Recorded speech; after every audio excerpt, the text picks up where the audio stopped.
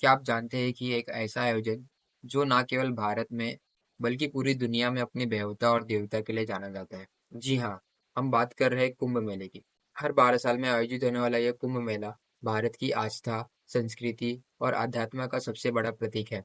आज हम जानेंगे कुंभ मेले के बारे में और इसके पीछे की छुपी पौराणिक कथाएं और धार्मिक एवं ज्योतिषीय का महत्व भी जानेंगे।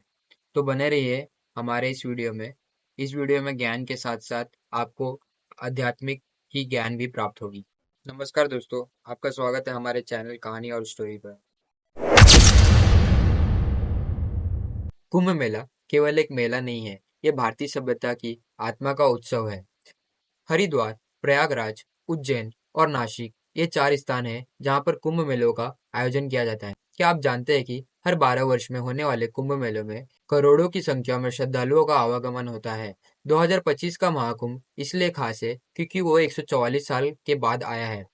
सवाल उठता है कि कुंभ मेले की शुरुआत कैसे हुई और इसके पीछे की कहानी क्या है? तो आइए जानते हैं।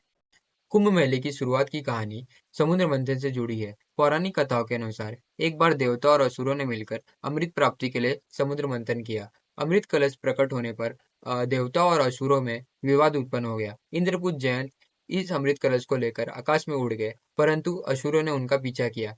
इसी भागदौड़ में कुल 12 दिन लग गए। अमृत कलश की कुछ बूंदें पृथ्वी के 4 स्थानों पर गिरी, जो कि प्रयागराज, उज्जैन, हरिद्वार और नासिक थे। ऐसा माना जाता है कि इन स्थानों पर अमृत की बूंदें गिरने से ये पवित्र हो गए हैं। अब बात करेंगे ज्योतिषी दृष्टिकोण से कुंभ मेले की। मेला ज्योतिषी की गणनाओं पर आधारित होता है। जब सूर्य और चंद्रमा विषुवत राशि में और गुरु मेष राशि में होता है, तब मकर संक्रांति के दिन यह शुभ योग बनता है। इसे कुंभ स्नान योग भी कहा जाता है। ऐसा माना जाता है कि उस दिन पृथ्वी के उच्च लोकों का द्वार खुल जाता है। इस समय यमुना, गंगा, सरस्वती का जल अमृतमय हो जाता है। जो श्रद्धालु यहाँ स्नान करता है, उसकी आत्मा शुद्ध और उसे मोक्ष की प्राप्ति होती है। क्या कभी आपने गंगा में स्नान किया है? और अगर ना किया है तो एक बार इस अनुभव को जरूर प्राप्त कीजिए। कुंभ का अर्थ है घड़ा। घड़ा अमृत का प्रतीक है। इस मेले में साधु संत, नागा बाबा और लाखों श्रद्धालु इकट्ठे होते हैं। हर कोई इस पवित्र अवसर पर स्नान करके अपने पापों से मुक्ति पाना चाहता है।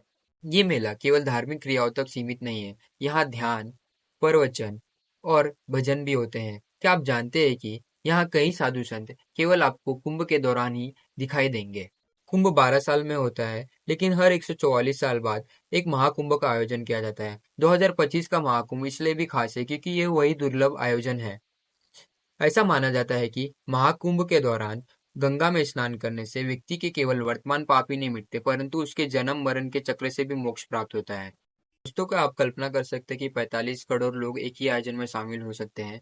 कुंभ मेला केवल धार्मिक आस्था का प्रतीक नहीं बल्कि सामाजिक और सांस्कृतिक विविधता का भी मंच है। यहाँ देश के हर कोने से श्रद्धालु आते हैं। भारत से ही नहीं बल्कि दुनिया के अलग अलग देशों से भी यहाँ श्रद्धालु आते हैं।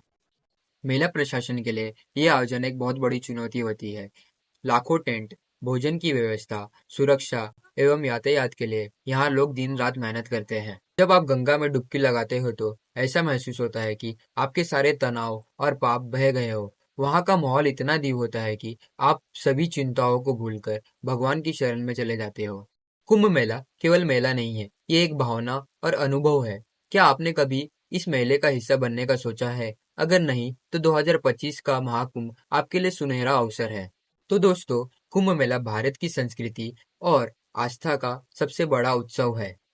यहाँ केवल भीड़ नहीं, बल्कि ऐसा संगम है जहाँ लोग जाति, धर्म और सीमाओं से परे होकर एक अनुभव का हिस्सा बनते हैं। अगर आपको ये जानकारी अच्छी लगी और मेरी कोशिश पसंद आई, तो हमारे चैनल कहानी और स्टोरी को सब्सक्राइब जरूर कीजिए और इस वीडियो को लाइक और शेयर जरूर कीजिए। धन्यवाद। जय श्री राम, जय महाकाल।